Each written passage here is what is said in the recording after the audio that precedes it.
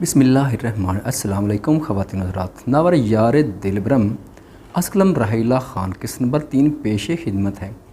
रात के खाने पर वो सब डाइनिंग हॉल में जमा थे।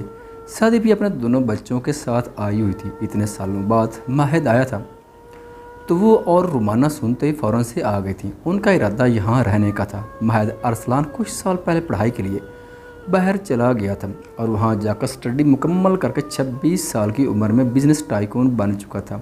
उसने अपनी मेहनत से खान इंडस्ट्री को बुलंदियों तक पहुँचा दिया था और खान ब्रांड के नाम से अपनी ज़ाती मिल्स बनाई थी। खान इंडस्ट्री का नाम बाहर के मुल्कों में सर फहरिस्त था। वो जाकर वहीं का होकर रह गया था। इस दौरान वो रोज़ हवेली वालों से बात करता, मैं सिवाय इनफाल के। इतने अरसे में उसने एक बार भी इनफाल को देखा तक नहीं था। सबके लाख कहने पर भी वो वापस नहीं आया था, पर कुछ दिनों से मिलती तस्वीर ने उसे यहाँ आने पर मजबूर कर दिया और वो आग बगोला होता पाकिस्तान आ गया था। खाने पर सब जमा थे सिवाय इनफाल के। बाकी सब कुर्सियों पर विराजमान खाना खा रहे थे। इनफाल कहाँ है? आज खाने पर इतनी खामोशी। अरसलान खान ने उसको ना देखकर जरीन से पूछा, बड़े पापा इनफाल कह रही है उसे भूख नहीं है अभी।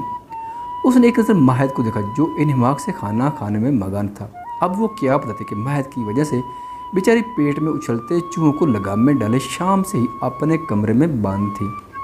जरीन की आवाज़ पर एक पाल को उसका हाथ रुका, पर फिर से झटक कर खाना खाने लगा। बीजान उसके सर पर खड़ी बड़े प्यार से अपने राज दुलार को खाना दे रही थी। सभी उसकी आओ भगत में लगे हुए थे। कोई बेचैनी से पहलू बदल रहा था। वो आया भी तो उसके लिए था, पर जब से वो लोग आए थे इनफाल अपने कमरे में बंद थी, जबकि रुमाना की नज़रें माहिद के वजही चेहरे पर जमी थी, जिसे बदर रोशा ने लोग बाखूबी नोट कर चुके थे। बस कर दें और नहीं खा सकता मैं जच होते बोला, बेटा खाया ही कितना है आपने? ये सारी डिशेस आपकी पसंद की बनी है। शाइस्ता बेगम माहिद को प्यार से देखती बोली, नो मम्मा बस। माहिद शाइस्ता बेगम को मम्मा कहता था। अभी भी वो उनको देख मोहब्बत से बोला, जो रोशी इनफाल को ले आओ, सुबह की बच्ची भूखी है। खाना बीने रोशा ने से कहा, जबकि माहिद ने सुनकर लब भिंचे दिमाग बना उठा था। अब इतना भी क्या कह दिया था मोहतरमा को, जो कमरे में ही बंद होकर बैठ गई है। अपने बहन भाइयों को अपनी जानिब तकता पकड़ माहिद को इनफाल पर नए सिरे से गुस्सा आया, जो उसे बुरा बनाने पर तुली हुई थी। माहिद एक्सक्यूज़ करता वहाँ से उठ गया। उसको लान में जाता देख रुमाना भी अपनी कुर्सी छोड़कर उठ खड़ी हुई। क्या हुआ, तुम्हारा मूड क्यों ख़राब है? रुमाना उसके पीछे आती बोली, नहीं तो मेरा मूड ठीक है। माहिद एक नज़र उसको देखकर वसी रकबे पर फैले लान को देख रहा था, जिस पर दूर तक फैला घास सब चादर की मानंद लग रहा था। लाग तो नहीं रहा। रुमाना एक अदा से अपने बाल झटकती बोली, अच्छा तो तुम्हें क्या सबूत चाहिए मेरे फ्रेश मूड होने का? माहिद दोनों हाथ सीने पर बांध दे उससे बोला, जो ब्लैक जीन्स पर शॉर्ट करती कुर्ती पहने खुले बालों में चेहरे पर मेकअप किए उसके सामने खड़ी तफसील ले रही थी। वो माहिद से 3 साल छोटी थी, पर बाकी सब कज़न से बड़ी थी, इसलिए उसकी माहिद के साथ काफ़ी बनती थी। दोनों में अच्छी दोस्त, पर यह दोस्ती सिर्फ माहिद की जानिब से थी। रुमाना माहिद को शिद्दत से पसंद करती थी। चलो फिर कुछ देर बाहर चलते हैं, रुमाना ने मुस्कुरा कर कहा। श्योर। माहिद का दिल भी अजीब सी कैफियत में मुब्तला था। तभी कुछ दिलो दिमाग को सुकून देने की खातिर राज़ी हो गया।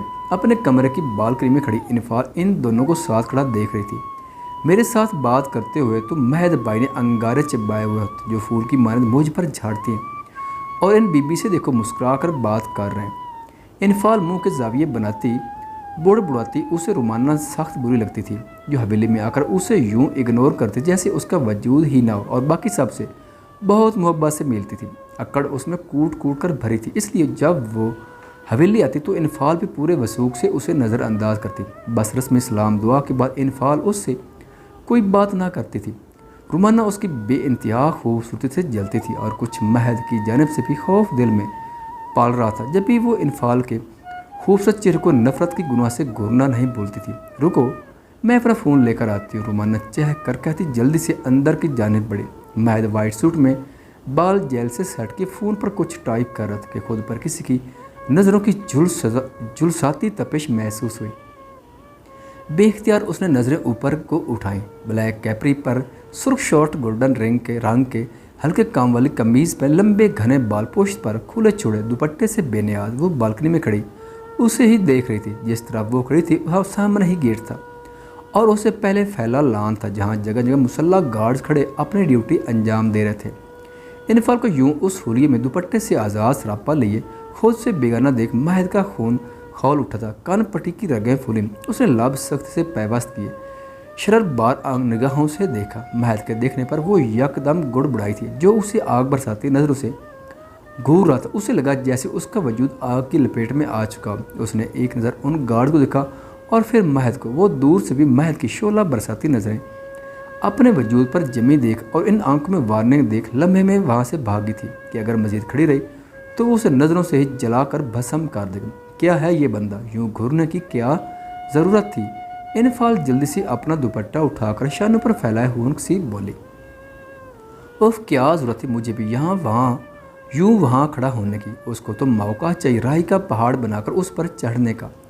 इनफाल झंझलाहट का शिकार अब बालकनी डोर बंद कर थी जब उसे गाड़ी गेट के बाहर जाती दिखाई दी। शुक्र है गए, इनफाल खुश होती बोली और जल्दी से कमरे से बाहर निकल गई। वो सब रात के बाद अयूब खान के कमरे में बराजमान थे। सब चाय पीते इनफाल के बारे में बात कर रहे थे। दादा जान आपने बताया तो नहीं ना मेरे बारे में? अली ने सवाल दागा। नहीं, हम खुद उसे सरप्राइज देना चाहते हैं इसलिए हवेली आने का बोल रहा है। अयूब खान कप लबों से लगाते बोले।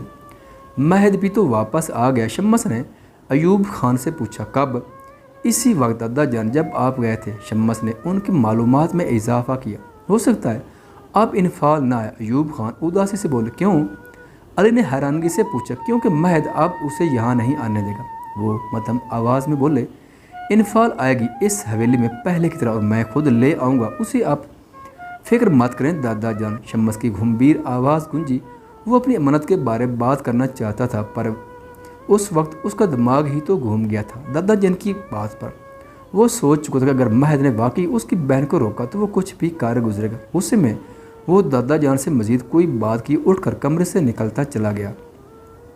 लाले को इतना गुस्सा क्यों आ गया? अली ने अपने दादा से पूछा। इनफाल और तुम्हारे मामले में वो बहुत जज्बाती है, अयूब खान ने उसे दबे लफ्ज़ों में समझाया। अच्छा, अपनी नवासी के कारनामे तो सुने दादा जान। अली चाय की चुस्कियाँ लेता इनफाल की एक एक बात और शरारत उनके गोश गुजार करने लगा कि जैसे वो स्टूडेंट को उल्लू बनाती है और कैसे वो उस पर रोब जमाती है और कैसे वो सार और मिस के सामने मासूम बनकर अपनी असाइनमेंट की चोरी होने का अली पर इल्ज़ाम लगाती है। वो इसकी और नम्रा के हवाले से उनकी शरारतें बताता अयूब खान को हंसने पर मजबूर कर गया।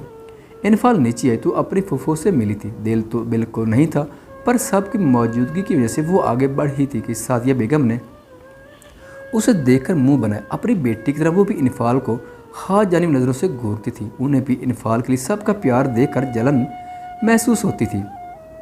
सबको देखकर उसने मुस्कुराकर इनफाल के सर पर हाथ रखा। तभी जल्दी से वो किचन में चली आई।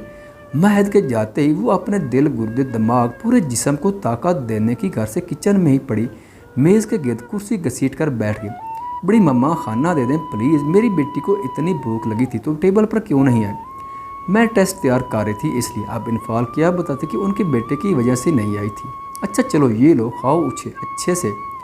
शुमैला बेगम उसकी पसंद का खाना प्लेट में निकाल कर उसके सामने रख चुकी थी और उसके सर पर प्यार देती बाहर निकल गई। इनफाल खाना खाकर सब कज़न के साथ लाउंज में बैठी थी। इस दौरान शादाब की नज़रें वक्फे से उस पर उठ रही थी। बड़े सब अपने अपने कमरों में चले गए थे। बदर भाई आपका तो सुबह लास्ट डे है ना? इनफाल आइसक्रीम लगाती बोली। मेरी गुड़िया रानी क्यों मुझे डरा रही हो? बदर दिल पर हाथ रखकर सदमे से बोला। आपका लास्ट डे नहीं है क्या? इनफाल ने तस्दीक चाहिए। नहीं बिल्कुल नहीं, अभी मेरी शादी होना बाकी है, फिर मेरे ढेर सारे बच्चों की तुम फुफ्फो बनोगी। मुझे तो 100 साल जीना है अभी। बदर उससे आइसक्रीम छीनकर खुद खाने लगा जबकि बाकी सब मज़े से उनकी बातें एंजॉय कर रहे थे। जबकि शादाब उसके चेहरे को गहरी नज़रों से देख रहा था। ज़रीन अपी का लास्ट डे है ना आपका यूनिवर्सिटी में? हाँ जी लास्ट है, ज़रीन प्यार से बोले। तो कल हम सब को बदर भाई इसी खुशी में ट्रीट देंगे। इनफाल ने अपनी आइसक्रीम वापस खींची। ये ट्रीट किस खुशी में? और मैं क्यों दूंगा? बाकी सब का भी लास्ट ही है सिवाय तुम्हारे। बदर ने बुरा। वो सब नहीं आप, क्योंकि आपको ज़्यादा जल्दी थी कि जैसे ही स्टडी मुकम्मल होगी उससे अगले दिन बड़े पापा आपकी शादी की डेट फाइनल कर देंगे। इनफाल ने मज़े से सबके सिरों पर बम फोड़ा। वो सब जो भूले बैठे थे उसकी बात पर सब अपनी जगह सीधे हुए। मतलब इनफाल को ज़्यादा खुशी इस बात की थी। हाँ ज़रूर, क्यों नहीं, तुम जो चाहोगी वही होगा। بدر فراخ دلی سے بولا اور معنی خیز نظروں سے زرین کو دیکھا۔ اس لمحے سمد کی نظریں فلک پر پڑی تھی۔ فلک نے سمد کو دیکھا کو آنچ رہتی لاؤ رہتی نگاہوں سے اسے دیکھ رہا تھا۔ جب بھی وہ گھبرا کر اٹھی، آج تو اس کا دیکھنے کا انداز ہی بدلا ہوا تھا۔ کتاب نہ لاتے وہ فوراً اٹھ کھڑی ہوئی۔ مجھے نیند آ رہی ہے وہ کہہ کر بغیر رکے تیزی سے چلے گئی۔ اس کے پیچھے وہ تینوں بھی اپنے اپنے کمرے میں چلے گئے، جبکہ لڑکے دیر تک بیٹھے باتیں کرتے رہے۔ رات کے 12 بجے کا وقت تھا جب انفعال بیڈ پر کتاب میں نوٹس پھیلائے پوری طرح سے پڑھائی میں محو تھی۔ کل ہی اس کا ٹیسٹ تھا جس کی تیاری وہ بہت اچھے سے کر رہی تھی، کیونکہ علی نے اسے چیلنج کیا تھا کہ وہ اس میں نمبر کم لے گی۔ تبھی وہ بہت محنت کر کے ٹیسٹ تیار کر رہی تھی۔ کچھ دیر بعد پوری طرح ٹیسٹ تیار کر کے وہ گہرا سانس بھرتی اٹھی۔ اسے سخت پیاس لگی تھی، پر سائڈ ٹیبل پر پڑا جگ خالی تھا۔ وہ اپنی کتابیں سمیٹ کر رکھتے جگ اٹھائے کمرے سے باہر نکلی۔ حویلی اندھیرے میں ڈوبی تھی، بس باہر کے حصے میں روشنی تھی۔ وہ جلدی سے کچن میں آئی اور لائٹ جلا کر پانی انڈیلنے لگی۔ تبھی اسے اپنے پیچھے آہٹ سنائی دی۔ انفعال نے مڑ کر دیکھا تو شاداب کھڑا تھا۔ تم اس وقت یہاں کیا کر رہے ہو؟ انفعال نے حیرت سے پوچھا۔ تم سے بات کرنی تھی۔ شاداب نے کہا کہ یہ کون سا وقت ہے بات کرنے کا، اور ایسی کون سی بات ہے کہ تم صبح ہونے کا انتظار بھی نہیں کر سکتے تھے؟ انفعال جانتی نظروں سے دیکھتی بولی، مہد جو کچھ دیر پہلے رومانہ کے ساتھ آیا تھا اسے اندر جانے کا کہہ کر وہ باہر کھڑا ضروری کال سن رہا تھا۔ کافی لمبی بات چیت کے بعد وہ لاؤنج میں آیا، نظر کچن کی جانب اٹھی جس کی لائٹ آن تھی اور اندر سے ہلکی پھلکی سی آوازیں آ رہی تھی۔ اسے حیرانگی کہ اس وقت کچن میں کون ہے۔ وہ فون پاکٹ میں رکھے اسے جانب آیا۔ سامنے ہی اس نے شاداب کو انفعال کے 2 قدم کی دوری پر ایکس رے کرتی نظروں سے دیکھتا پا کر مٹھیاں بھینچیں۔ تم بہت پیاری ہو انفعال، میں تم سے۔